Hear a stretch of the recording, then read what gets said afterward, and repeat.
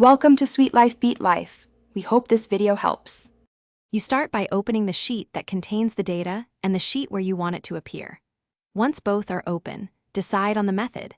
Import range for ranges, simple cell references for same file links, or hyperlink for clickable links. Make sure the source file's sharing settings permit access, otherwise your link returns errors. Now copy the source URL or range address and prepare the target cell where the formula or link will go. Now you implement the chosen formula in the target sheet. If using import range, paste the source URL and the exact range in quotes, then press enter.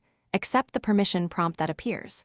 For same file links, type an equals sign and the sheet name plus cell. This keeps values live and updates automatically.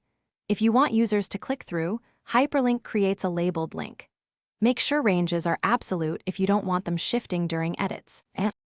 Finish by verifying that changes in the source reflect in the target.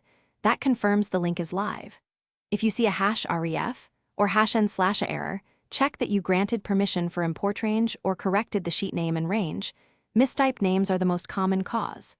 If the data is noisy, use filter or query around the import to limit rows.